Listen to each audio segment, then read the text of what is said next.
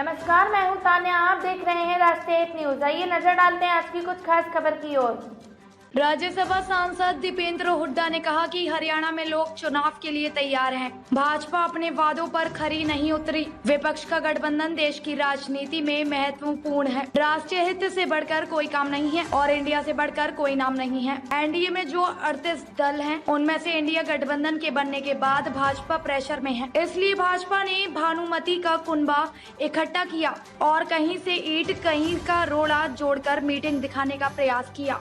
NDA में 15 तो north east के दल हैं, जहां पर लोकसभा की सीटें ही गिनी चुनी हैं। दीपेंद्र हुड्डा ने कहा कि हरियाणा में जेजेजेपी का जनाधार खत्म है। भाजपा के नेता कैप्टन अभिमन्यु और वीरेंद्र सिंह की बात सही है कि जजपा का अब कोई जनाधार नहीं है। हमारी सरकार विधायकों के साथ राज्यपाल से मांग की है, कम से कम 40,000 एकड़ मुआवजा दिया जाए। प्रदेश में 20 से ज्यादा जो मौत है, उसे 20 लाख की आर्थिक मदद दी जाए।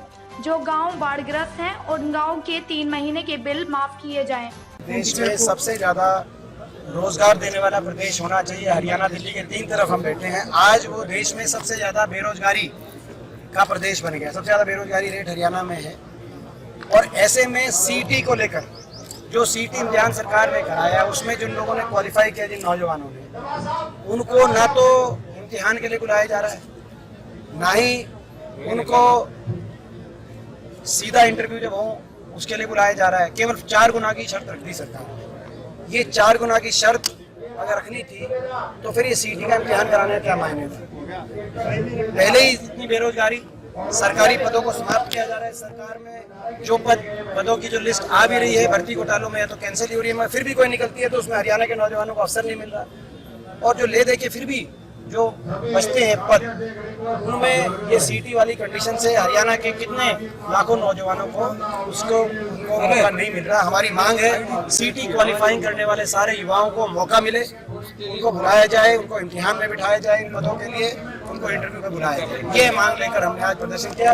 युवा कांग्रेस और एनएसयूआई, प्रदेश की युवा कांग्रेस एनएसयूआई ने आज बहुत अच्छा सफल कार्य प्रदर्शन किया हिसार के अंदर, और ये लगातार कर रहे हैं। मैं बधाई देना है तो युवा कांग्रेस को, दिव्यांशु गुडिराजा जी को, और जो वरुण चौधरी जी जो हमारे एनएसयूआई के प्रभारी हैं, लगातार इन्होंने प्रत्येक लोकसभा में, करनाल लोकसभा में कर चुके हैं, सोनीपत लोकसभा में कर चुके हैं, फरीदाबाद में कर चुके हैं, और अब हिसार के अंदर इन्होंने जो प्रदर्शन करने का काम किया है। तो ये युवा कांग्रेस सीटी को लेकर अच्छी लड़ाई लड़ रही है। कल मीटिंग थी बेंगलोर में, कांग्रेस की थी, और उधर वो एनडीए भी कर रही है। कहते हैं हमारे पास 38 पार्टियां आ गई। देखिए, ये तो सभी पार्टियों की अपनी अपनी रणनीति रहेगी। सब अपनी पार्टियां चुनाव से पहले अपने गठबंधन भी करेंगी, कुछ पार्टियां ठगबंधन भी करेंगी, मगर प्रदेश और देश में लोग जागरूक हो चुके हैं। भाजपा सरकार ने जो वायदे करके सरकार बनी थी, चाहे केंद्र की बात हो चाहे चंडीगढ़ की बात हो, उन वायदों पे पूरी नहीं उतरी।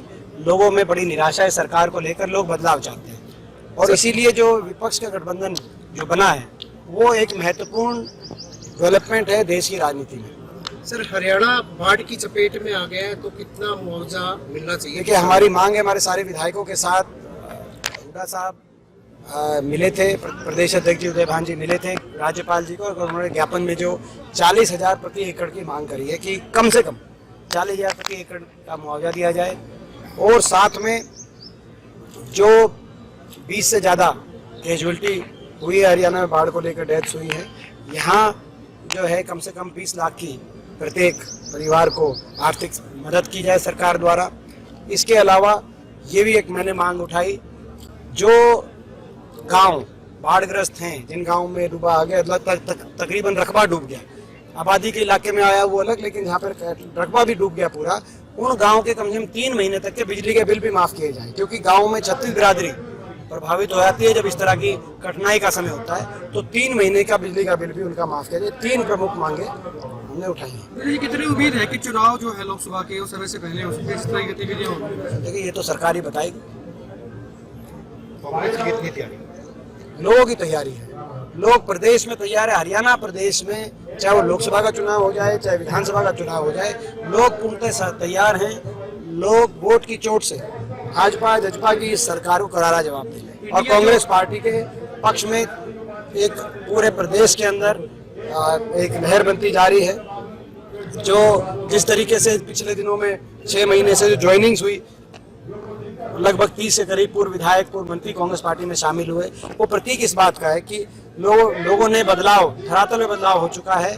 हरियाणा कोने कोने से एक ही आवाज आ रही है कि भाजपा जजपा की सरकार जा रही है और हुड्डा साहब, उदय भान जी के नेतृत्व में कांग्रेस पार्टी की सरकार आ रही है। इंडिया जो कल गठन किया है सारी पार्टियों मिलकर कांग्रेस के समेत, तो उसमें क्या आपको लगता है कि संयोजक कन्वीनर कोई रखना चाहिए इस पे, या कांग्रेस को ही होना चाहिए, कांग्रेस के किसी नेता को? देखिए, ये इसमें मैं यही कहना चाहूंगा, राष्ट्र हित और देश सेवा से बढ़कर कोई काम नहीं और इंडिया से बढ़कर कोई नाम नहीं। क्या चल पाएगा? जैसे कि लोग कह रहे हैं केजरीवाल कांग्रेस, मैंने कह दिया कि भाई देश सेवा से बड़ा कोई काम नहीं और इंडिया से बड़ा कोई नाम। आप बताओ कोई नाम हो?